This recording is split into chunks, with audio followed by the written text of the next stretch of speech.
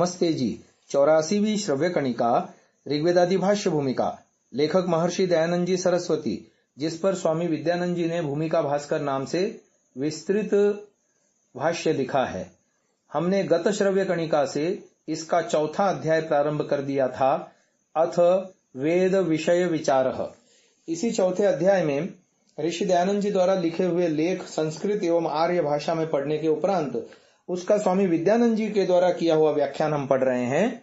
वेद मनुष्य के अभ्युदय एवं निश्रेयस सिद्धि के लिए अपेक्षित संपूर्ण ज्ञान का अक्षय भंडार है। ईश्वर सर्वज्ञ है और वेद सर्वज्ञ परमेश्वर द्वारा मानव मात्र के कल्याणार्थ प्रदत्त ज्ञान है, तो वह उसके लिए अपेक्षित पूर्ण ज्ञान होना ही चाहिए। उसकी अपूर्णता स्वयं वेदत्व का ही विघात करेगी। अतः वेद में सभी विषयों का ज्ञान उपलब्ध है। विज्ञान, कर्म, उपासना ज्ञान के अंतर्गत अवयव रूप सभी विषयों का समावेश हो जाता है। कोई कोई कांड पद को प्रकरणार्थक मानते हैं, किंतु कांड पद केवल प्रकरणार्थक नहीं है, वह विषय विभाग वर्गादि अर्थों में भी उपलब्ध है। एक जातीय समवाय को वर्ग कहते हैं, जैसा कि भागवत 4:24-9 में लिखा है, क्रिया कांडेषु निष्णातो योगेषु च कुरुद्वः। परिच्छेदार्थ में अथर्ववेद 12:3-45 में कांड शब्द का प्रयोग हुआ है। इदं प्रापमुपत्तम कांडम। वेदों में प्रकरणार्थ व अधिकारार्थ में भी कांड पद का प्रयोग उपलब्ध है। ऋषि दयानंद द्वारा वेद विषय में प्रयुक्त कांड पद प्रकरणार्थक भी सर्वथा सार्थक है, क्योंकि यास्काचार्य ने प्रकरणार्थ में भी मंत्रों के व्याख्यान का उल्लेख करते हुए कहा है कि पृथक रूप से मंत्रों का निर्वचन नहीं करना चाहिए, प्रत्युत प्रकरण से ही निर्वचन करना चाहिए। व्याकरण नियम से कांड पद का प्रत्येक के साथ संबंध जोड़ने पर विज्ञान कांड, कर्म कांड, उपासना कांड तथा ज्ञान कांड यह अर्थ होगा। फलतः यहाँ कांड पद का प्रयोग सर्वथा समीचीन है। प्रकरण शब्द का यौगिक अर्थ है प्रक्रियते कर्मादि विषयो अनेन, अर्थात जिससे कर्म ज्ञानादि विषय प्रकृष्टता से गृहीत हों। इस आधार पर भी कर्मकांड यानी कर्म प्रकरण या ज्ञान कांड आदि कहना सर्वथा समुपयुक्त होगा। तीनों कांडों के बोध से निष्पत्ति उपकार का ग्रहण होने से विज्ञान कांड को मुख्य माना गया है। प्रत्येक ग्रंथकार अपने ग्रंथ में प्रयुक्त शास्त्रीय शब्द विशेष की परिभाषा प्रस्तुत करता है। पारिभाषिक संज्ञाएं उस ग्रंथ के लिए प्रमाण होती हैं जिसमें वह पढ़ी गई होती हैं। यह सर्वतंत्र सिद्धांत है। ऋषि दयानंद के मत में विज्ञान यानी विशिष्ट ज्ञान विषय परमेश्वर से तृण पर्यंत पदार्थों तक साक्षात बोधकारक है, अथवा कर्म उपासना ज्ञान का यथावत उपयोग लेना और तृण पर्यंत पदार्थों का साक्षात बोध करना विज्ञान है। कार्य पदार्थों में महत् और लघु दोनों का समावेश है। यहाँ तृण पद से सूक्ष्माति सूक्ष्म अणु परमाणु तक का भी ग्रहण होता है। ऋषि दयानंद द्वारा अध्यात्म विषय में विज्ञान शब्द का यह अर्थ यदृच्छया आरोपित नहीं है। पराविद्या के अर्थ में विज्ञान शब्द का प्रयोग शास्त्रों में अनेकत्र उपलब्ध है। जैसे मुंडकोपनिषद 1:2-12 में कहा है, उस ब्रह्म के विज्ञान के लिए समित पाणी होकर श्रोत्रीय ब्रह्मनिष्ठ गुरु को प्राप्त करे। इस पर शांकर भाष्य में भी विज्ञान शब्द का प्रयोग हुआ है। इसी प्रकार तद विजिज्ञासस्व तद ब्रह्म तैत्तिरीय 3:1 यस्मिन् विज्ञाते सर्वं विज्ञातं भवति तत्परस्या ब्रह्म विद्याया विषयः। शांकर भाष्य वेदांत विज्ञान सुनिश्चितार्थाः। मुंडकोपनिषद 3:2-6 निःश्रेयस फलम तु ब्रह्म विज्ञानम। वेदांत 1:1 शाबर भाष्य ब्रह्म विज्ञानादपि परम पुरुषार्थम दर्शयति। शाबर भाष्य श्रुतिर्हि वैदिकात्मैकत्व विज्ञानादन्यान्निःश्रेयस साधनम वारयति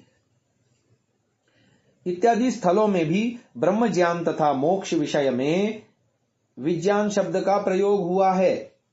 यदि ब्रह्म एवं मोक्षार्थ में ज्ञान शब्द का ही प्रयोग होता तो उसके अतीन्द्रिय होने से ज्ञानेन्द्रिय यह पारिभाषिक शब्द ही व्यर्थ होता। विज्ञान के अंतर्गत दो विषय हैं। पहला, परमेश्वर का यथावत ज्ञान और उसकी आज्ञा का पालन करना, तथा दूसरा, उसके रचे हुए पदार्थों के गुणों का यथावत विचार करके उनसे अपने कार्य सिद्ध करना। परमेश्वर का यथावत ज्ञान ब्रह्म विद्या का विषय है। ईश्वराज्ञा का पालन आत्म विज्ञान, शरीर विज्ञान, समाज शास्त्र, नीति शास्त्र आदि के अंतर्गत है। परमेश्वर के रचे पदार्थों का विचार भौतिक विज्ञान से संबंधित है, जिसमें आधुनिक भौतिक विद्याओं जैसे भौतिकी, गणित, ज्योतिष, भूगोल, खगोल, जीव विज्ञान, वनस्पति शास्त्र, परमाणु विज्ञान आदि का समावेश है। रसायन शास्त्र, चिकित्सा विज्ञान, शिल्प शास्त्र, कला कौशल, गृह निर्माण, विद्युत शास्त्र आदि का संबंध ईश्वर के रचे पदार्थों के यथावत विचार और उनसे कार्य सिद्ध करने से है।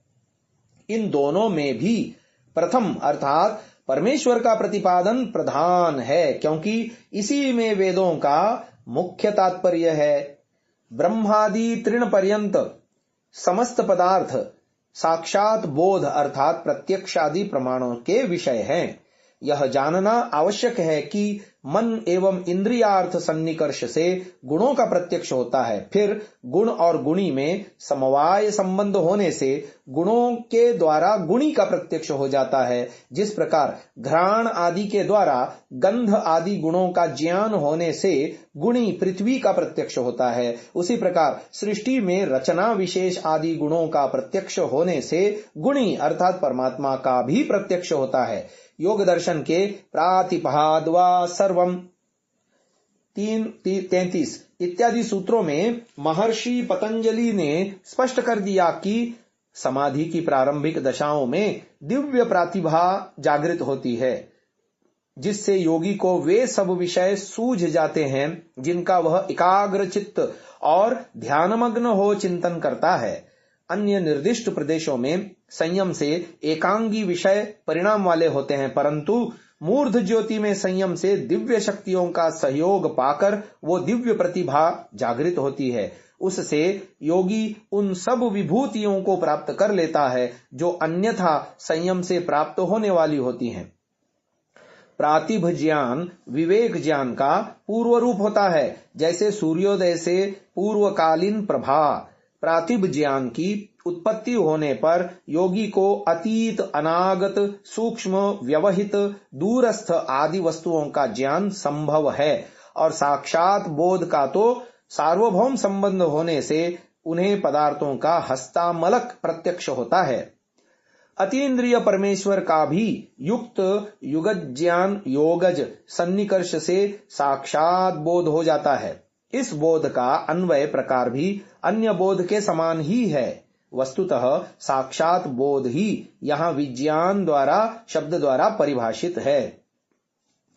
कठोपनिषद से उद्धृत मंत्र में कहा है, समस्त वेद ब्रह्म के वाचक जिस पद को बार बार कहते हैं, हर प्रकार के यम नियम जिसका निरूपण करते हैं, जिसे पाने की इच्छा से साधक ब्रह्मचर्य का पालन करते हैं, उस पद को मैं संक्षेप से कहता हूं, वह पद ओम है। आमनंती पद मनय अभ्यासे से आंग उपसर्ग लगाने से निष्पन्न हुआ है। अभ्यास कहते हैं पौनः पुण्य को, जिसका अर्थ है किसी प्रक्रिया का बार बार होना या करना, अथवा किसी पद का किसी प्रयोजन से बार बार प्रयोग किया जाना। यहाँ ब्रह्मचर्य पद से गृहस्थाद्याश्रमों के सत्याचरण रूप कर्म का ग्रहण किया है। यह ऋषि दयानंद की तपःपूत विशाल दृष्टि एवं बहुज्ञता का द्योतक है। शंकराचार्य ने मानो इसी अर्थ का प्रतिपादन करते हुए लिखा है कि उसका ही यह लोक है जिनका तप ब्रह्मचर्य है और जिनमें तप प्रतिष्ठित है उनका ब्रह्मलोक है, जिनमें कुटिलता, अनृत और माया नहीं है। माया आदि दोष जिन अधिकारी, ब्रह्मचारी आदि में निमित्त भाव से नहीं है, उनके साधना रूप ही उस ब्रह्मलोक की प्राप्ति होती है। यह गति ज्ञान युक्त कर्मशीलों की होती है। ब्रह्मचर्य का पालन करने वाले मनुष्य या जीवात्मा हैं और जिसे पाने की कामना से वे यह सब करते हैं, वह ओम अर्थात परमेश्वर है। आज की इस चर्चा को यहीं विराम दे रहे हैं। आगे की चर्चा कल सुनिएगा। ओम।